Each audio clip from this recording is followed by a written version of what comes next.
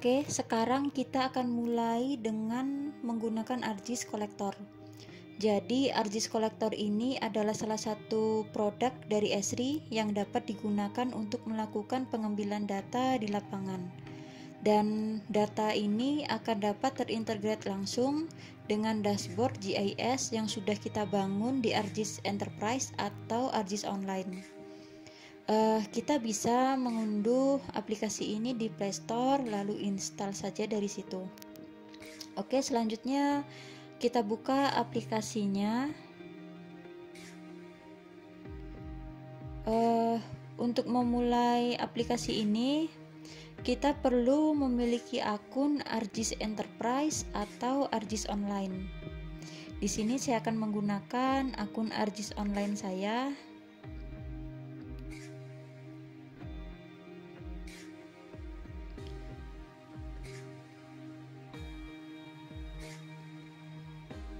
Nah, masukkan username dan password.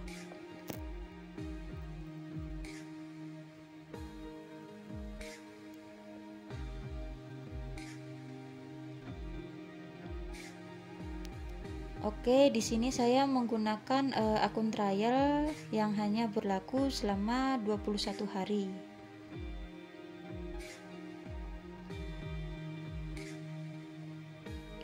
Selanjutnya ini adalah halaman awal aplikasi ini saat kita sudah berhasil login. Terlihat ada dua web map yang sudah saya buat sebelumnya. Jadi web map ini berisi data geodatabase. Untuk yang ini, web map ini berisi data geodatabase yang mana di dalam web map ini berisi layer dari geodatabase yang sudah memiliki domain. Sedangkan kalau yang web map survei ini berisikan layer-layer yang tidak memiliki domain, dan saya create new layer atau membuat layer baru melalui ArcGIS Online seperti di video sebelumnya. Nanti kita akan lihat perbedaannya, kenapa saya membuat dua web map yang berbeda. Lalu kemudian di sini kita bisa gunakan tombol search untuk mencari web map. Cukup ketikkan nama web mapnya saja, seperti ini misalnya. Oke. Nah, selanjutnya kita kembali. Nah, yang ini pada bagian profil. Nah, pada bagian profil kita bisa melakukan setting untuk bagian koleksinya ini. Jadi ini nantinya akan berpengaruh, settingan ini akan berpengaruh pada saat kita melakukan pengambilan data. Di sini ada akurasi. Nah, bisa kita pilih mau akurasi berapa meter, tinggal kita masukkan di sini, atau akurasinya mau sentimeter juga bisa. Lalu untuk persen keakuratannya juga bisa kita aktifkan kalau mau mencapai tingkat akurasi 95%. Selanjutnya kita oke saja. Lalu di sini ada pemerataan GPS. Pemerataan GPS ini saya akan masukkan saja angka 5. Jadi fungsi dari fitur ini nanti akan terlihat pada saat saya sudah memulai pengambilan titiknya. Oke, jangan lupa untuk diaktifkan fitur ini. Lalu selanjutnya ada streaming. Nah, streaming ini adalah pengaturan untuk mengambil titik secara real time dalam selang waktu berapa lama atau dalam jarak berapa meter. Nah, di sini kita bisa memilih berdasarkan jarak atau waktu. Di sini saya pilih saja jaraknya per 3 meter. Lalu untuk ukuran foto, nah ukuran foto di sini saya pilih yang kecil saja biar tidak habis memori saya. Untuk pengaturan yang lain, oke, mungkin saya rasa itu saja cukup. Jadi kita cukup mengatur pada bagian koleksi ini, yang ini. Nah, selanjutnya saya rasa cukup untuk pengaturannya. Nah, lalu saya akan gunakan Bapmap Survey terlebih dahulu. Nah, sebelum saya mulai, di sini saya akan memperkenalkan terlebih dahulu beberapa tools yang ada pada halaman ini. Di sini ada layer. Nah, layer ini berisi kumpulan layer yang sudah kita bangun di Bapmap sebelumnya. Tinggal kita pilih saja layer mana yang mau diaktifkan semuanya pun juga silahkan. Oke, selanjutnya kita kembali. Lalu di sini ada feature search. Seperti biasa, ini untuk mencari data. Lalu selanjutnya di sebelah kanannya lagi titik 3 vertikal. Di sini ada peta dasar, penanda lokasi, legenda, dan ukur. Coba kita buka di peta dasar ini. Jadi ini berisi kumpulan base map. Nah, ini bisa kita pilih mau pakai yang mana saja, juga sama, cuman beda tampilannya saja. Dan di sini untuk base map imagery-nya sama persis seperti base map imagery pada saat kita memanggil base map di ArcsMap. Oke, selanjutnya di sini ada penanda lokasi. Nah, penanda lokasi ini masih kosong dan tempat saya pun juga masih kosong. Lalu selanjutnya di sini ada legenda. Nah, legenda ini berisikan simbologi dari tiap layer yang sudah kita bangun sebelumnya. Legenda ini cukup interaktif. Jadi dia hanya akan menampilkan layer-layer yang aktif saja. Misal di sini layer Vasos dan jalan. Jadi di legenda ini hanya akan menampilkan layer Vasos dan jalan. Oke, selanjutnya ada ukur. Nah, ukur ini bisa kita gunakan untuk mengukur jarak, misalnya dari 2 titik. Di sini juga kita bisa mengatur kilometer perseginya atau meter perseginya, silahkan. Oh, bentar, ini ternyata area. Nah, kalau jarak seperti ini bisa kita atur dengan meter atau kilometer seperti ini. Lalu kalau mau menghitung luas pun juga tinggal klik saja mau area mana yang akan dihitung luasnya. Kemudian mengubah satuannya pun juga tinggal pilih saja di bagian kanan bawah. Lalu selanjutnya di sini ada undo. Bisa kita undo kembali titik-titik yang sudah kita bikin tadi. Kalau semisal salah bisa kita perbaiki kembali, semisal begini seperti ini. Nah, kemudian ada delete. Oke, itu saja untuk perkenalan awal tools. Lalu kemudian yang paling penting itu di sini. Ini adalah tools untuk melakukan pengambilan data. Ini adalah tools untuk menambahkan titik di lapangan. Oke, kira-kira seperti itu. Dan sekarang saya akan coba mulai melakukan pengambilan data. Jadi sampel data di lapangan kali ini akan saya ambil dengan menaiki busway Transjakarta. Jadi posisi GPS saya nantinya akan terlihat terus bergerak dan sesekali berhenti. Oke, kita langsung saja.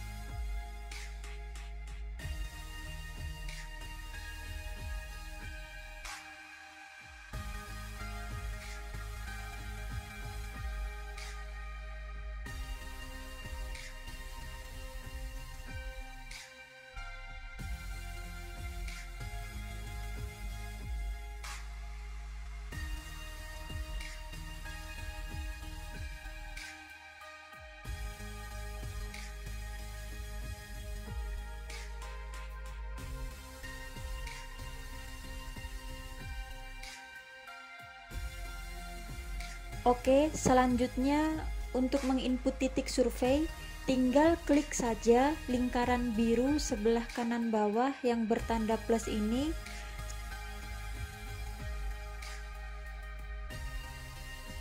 Selanjutnya, pilih layer yang akan menjadi wadah untuk input data yang akan kita ambil.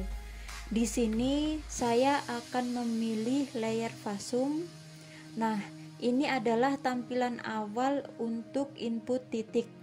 Di sini kita bisa mengambil foto dengan kamera dari smartphone kita atau bisa mengambil melalui galeri dengan klik pada bagian lampiran. Lalu selanjutnya di bawahnya ada kolom nama. Ini adalah field yang sebelumnya saya buat pada layer di video sebelumnya. Lalu selanjutnya, tolong perhatikan pada bagian ini, hentikan pemerataan. Nah, di sini karena sebelumnya saya menghidupkan settingan pemerataan seperti di awal video tadi, jadi aplikasi ini dapat secara otomatis menginput titik berdasarkan posisi GPS smartphone kita saat itu dengan tingkat keakurasian yang telah kita sesuaikan sebelumnya. Nah, seperti ini kira-kira. Terlihat bahwa tiba-tiba tampil poin berwarna hijau di mana aplikasi ini baru saja secara otomatis menginputkan poin pada posisi GPS saat ini. Nah, seperti ini. Coba perhatikan sekali lagi bahwa GPS saya saat ini sedang bergerak dan secara otomatis akan merekam poin dengan mengupdate poin yang terinput sebelumnya seperti yang sedang tampil saat ini. Saya rasa cukup. Jadi sekarang saya akan menginputkan data pada poin ini seperti foto dan nama, juga informasi lokasi.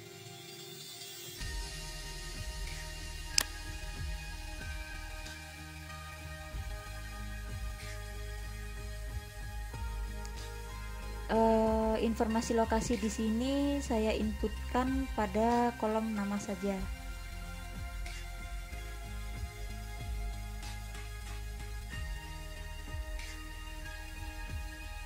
Oke, jangan lupa checklist pada bagian pojok kanan atas untuk menyimpan.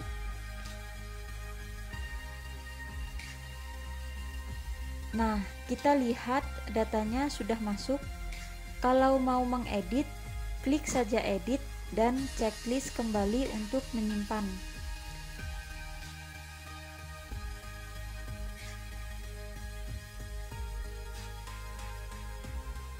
Selanjutnya saya tambahkan titik Fasum lagi.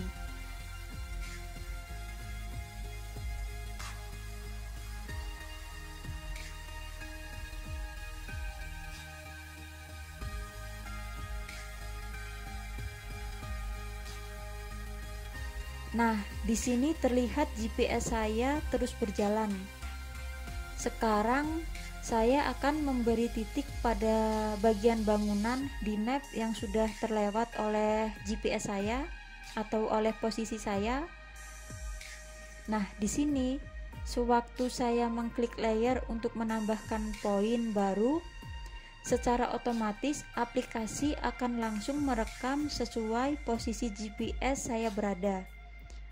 Nah, seperti ini. Tapi bukan berarti tidak bisa dipindahkan atau dihentikan. Jadi kita bisa menghentikan pemerataan agar aplikasi ini tidak merekam secara otomatis dan mengupdate secara otomatis poin survei kita. Seperti ini, kita hentikan pemerataan, lalu saya arahkan kursor target pada target bangunan yang saya pilih. Selanjutnya, kalau sudah pas, klik perbarui titik. Gunakan lokasi target. Nah, terlihat poinnya berpindah. Selanjutnya saya akan ambil foto.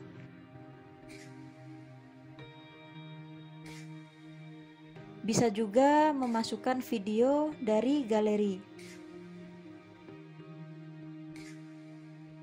Oke, itu tadi cara kalau kita mau menambahkan titik tidak secara otomatis dengan posisi real time kita. Kalau mau memindahkan posisi titik karena semisal tadi salah penandaan dan fitur real time kita aktif, kita cukup hentikan pemerataan saja dan arahkan kursor pada lokasi target. Lalu perbarui titik.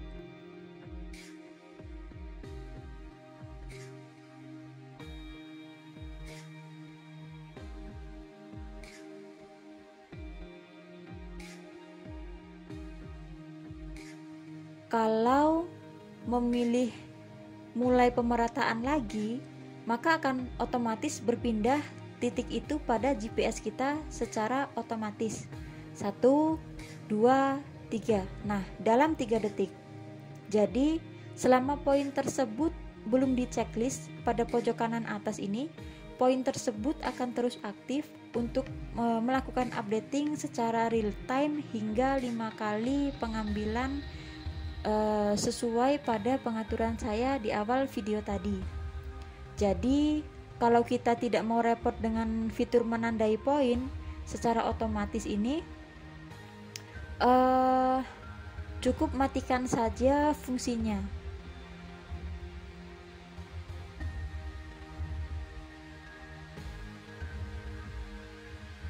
Selanjutnya coba lihat semua titik yang sudah diambil.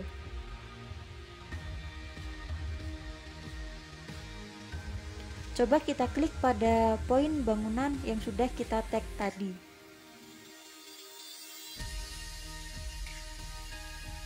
Kalau mau hapus, tinggal hapus saja.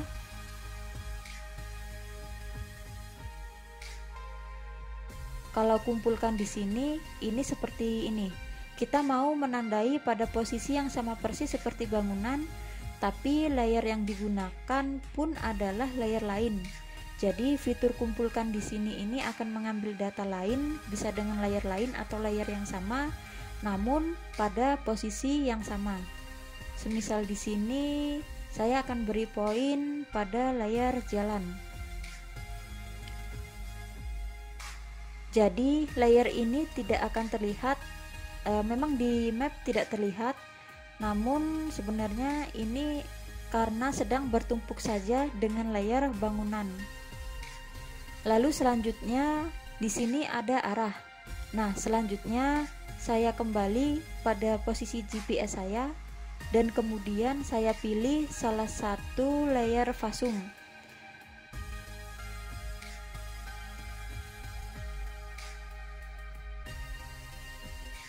Dan saya pilih arah. Secara langsung map akan terbuka dan menunjukkan arah poin seperti di Google Maps.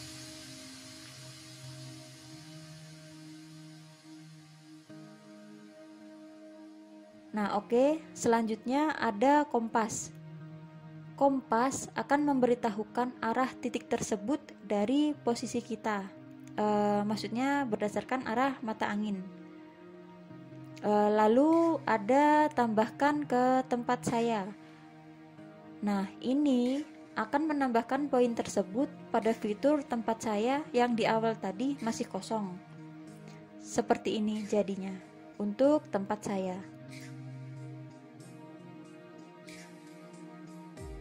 Kalau membatalkan pengambilan titik pun juga bisa tinggal buang saja.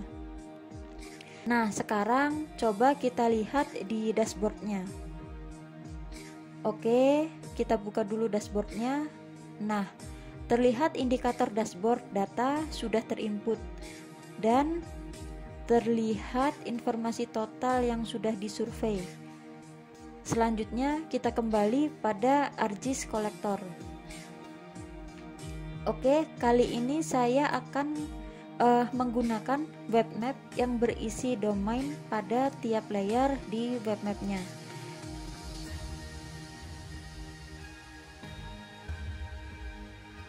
Selanjutnya, saya coba langsung melakukan input point. Nah, di sini hanya saya buat 2 layer saja, layer fasilitas umum dan layer fasilitas sosial. Saya coba input pada fasilitas umum. Nah, fitur pemerataan masih tetap hidup, tapi bukan itu yang akan saya bahas di sini. Saat ini, coba perhatikan dulu pada kolom ini, pada ketiga kolom ini. Jadi saya isi dulu informasi untuk deskripsi dan nama fasilitas. Oke.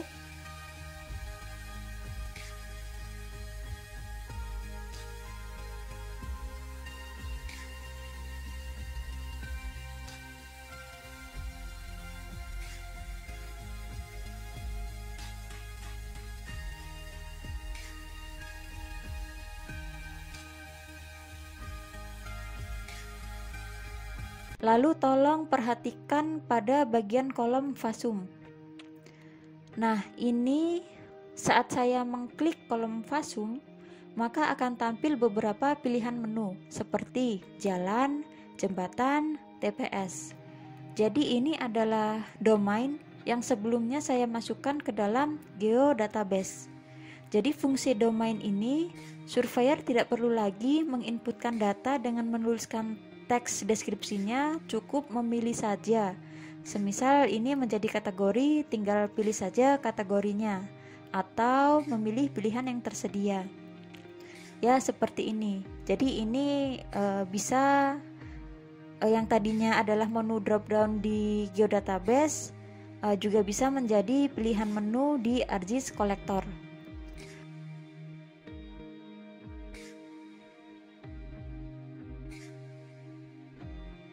Oke, kita save saja kalau sudah. Lalu untuk menu lainnya juga masih sama, tidak ada perbedaan antara web map yang ini dengan web map sebelumnya. Hanya pada kolom field data saja. Untuk cara pengambilannya pun juga masih sama. Kita juga bisa mengganti base mapnya. Lalu selanjutnya coba kita buka dashboardnya.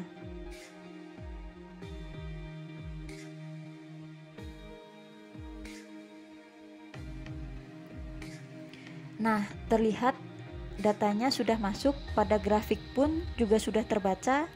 Di sini ada data 0. Itu karena sebelumnya saya sempat menitikkan pada geodatabase di video sebelumnya melalui ArcMap. Jadi ya seperti ini, makanya ada data yang 0 di dalam grafik. Kita abaikan saja yang itu. Yang penting data sudah termonitor secara real time pada dashboard ini. Oke, saya rasa cukup untuk tutorial penggunaan ArcGIS Collector ini. Silahkan teman-teman bisa mencoba sendiri dan selamat mencoba. Terima kasih. Oke guys, terima kasih karena telah mampir di channel YouTube ini. See you on the next video.